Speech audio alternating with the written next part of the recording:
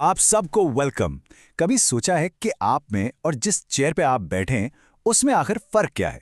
यही है बायोलॉजी के सबसे बड़े सवालों में से एक, और ये सीधा आपके चैप्टर के सेकंड टॉपिक से लिया गया है कि आखिर जिंदगी है क्या। सवाल बहुत सिंपल लगता है, लेकिन इसका जवाब एक ऐसी जर्नी है जिस पर हम आज साथ निकलेंगे। तो चलिए एक छोटा सा थॉट एक्सपेरिमेंट करते हैं। जरा इमेजिन करें, एक तरफ आप हैं और दूसरी तरफ एक पत्थर। देखा जाए तो आप दोनों एक ही बेसिक चीज से बने हैं, एटम्स और मॉलिक्यूल्स। तो फिर वो बुनियादी फर्क क्या है जो आपको जिंदा बनाता है और पत्थर को, सिर्फ एक पत्थर?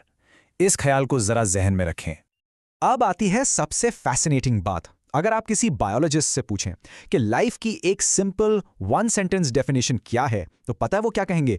कि ऐसी कोई डेफिनेशन है ही नहीं। लाइफ इतनी ज्यादा मेसी, इतनी कॉम्प्लेक्स और इतनी डायनामिक है कि उसे एक सेंटेंस में कैद करना, इट्स इम्पॉसिबल। तो फिर सवाल ये है कि अगर हम इसे डिफाइन नहीं कर सकते तो समझे कैसे? बहुत सिंपल, हम बनेंगे बायोलॉजिकल डिटेक्टिव्स। डेफिनेशन के बजाय हम ढूंढेंगे क्लूज, वो कॉमन कैरेक्टरिस्टिक्स जो हर जिंदा चीज को आपस में जोड़ती हैं, एक छोटे से बैक्टीरियम से लेकर एक ब्लू व्हेल तक। हमारा पहला क्लू हमें हर लिविंग सेल के अंदर ले जाता है। वहां एक नॉन स्टॉप केमिकल फैक्ट्री काम कर रही है, और यही वो इंजन है जो हर चीज को पावर देता है। इस प्रोसेस को कहते हैं मेटाबॉलिज्म।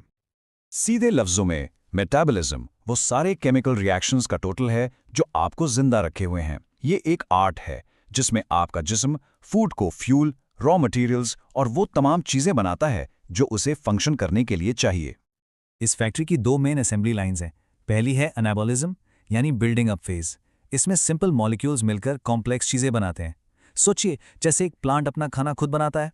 दूसरी है कैटाबॉलिज्म, यानी ब्रेकिंग डाउन फेज। यहाँ कॉम्प्लेक्स मॉलिक्यूल्स टूटते हैं ताकि एनर्जी रिलीज हो, जैसे जब आप खाना डाइजेस्ट करते हैं। तो बिल्डअप और ब्रेकडाउन, इतना सिंपल है। चलिए अब देखते हैं कि ये इंटरनल इंजन लाइफ के वो विजिबल साइंस कैसे पैदा करता है जिन्हें हम सब पहचानते हैं। सबसे वाज़ेह निशानी है ग्रोथ, और यहाँ हम किसी टेम्परेरी सूजन की बात नहीं कर रहे। ये एक परमानेंट इरिवर्सिबल इजाफा है साइज और मास में। एक बीज से दरख्त बनता है, एक बच्चे से एडल्ट। इस प्रोसेस में वापसी का कोई रास्ता नहीं। लेकिन जिंदगी से बड़े होने का नाम नहीं है, ये कॉम्प्लेक्स होने का भी नाम है, और इसे कहते हैं डेवलपमेंट। एक दिमाग सिर्फ साइज में एक्सपैंड नहीं होता, वो सीखता है। एक बीज से फूलता नहीं है, वो खिलकर एक फूल बनता है। ये सब न्यू एबिलिटीज को अनलॉक करने के बारे में है। अगली चीज, मूवमेंट। एनिमल्स में तो ये बहुत ऑब्वियस है, लेकिन प्लांट्स का क्या? वो भी हर वक्त मूव कर रहे होते हैं। भले ही वो मैराथन्स ना दौड़ते हों, लेकिन वो अपने पत्तों से सूरज को ट्रैक करते हैं और उनकी रूट्स जमीन में रास्ता बनाती हैं। अपने तरीके से हर जिंदा चीज मोशन में है।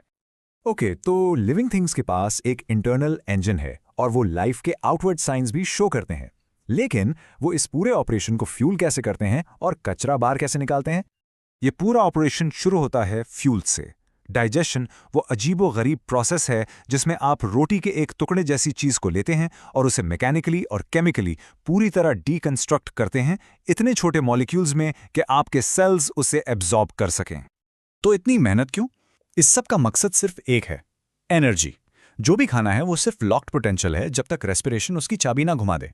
और जब ये की घूमती है तो वो केमिकल एनर्जी रिलीज होती है जो आपके हर ख्याल, हर मूवमेंट और हर दिल की धड़कन को पावर देती है। जाहिर है, हर बिजी फैक्ट्री में वेस्ट भी पैदा होता है और जिस्म की फैक्ट्री भी इससे अलग नहीं। यहाँ काम आता है एक्सक्रीशन का, यानी सफाई का जरूरी प्रोसेस।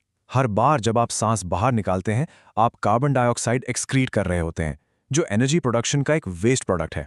इसे आप लाइफ की एसेंशियल क्लीनअप क्रू समझ सकते हैं। अपने आखिरी सेक्शन में चलिए दो ऐसी कैरेक्टरिस्टिक्स देखते हैं जिनका ताल्लुक इंटरनल मैकेनिक्स से कम और इस बात से ज्यादा है कि लाइफ दुनिया से इंटरैक्ट कैसे करती है और फ्यूचर के लिए प्लान कैसे करती है।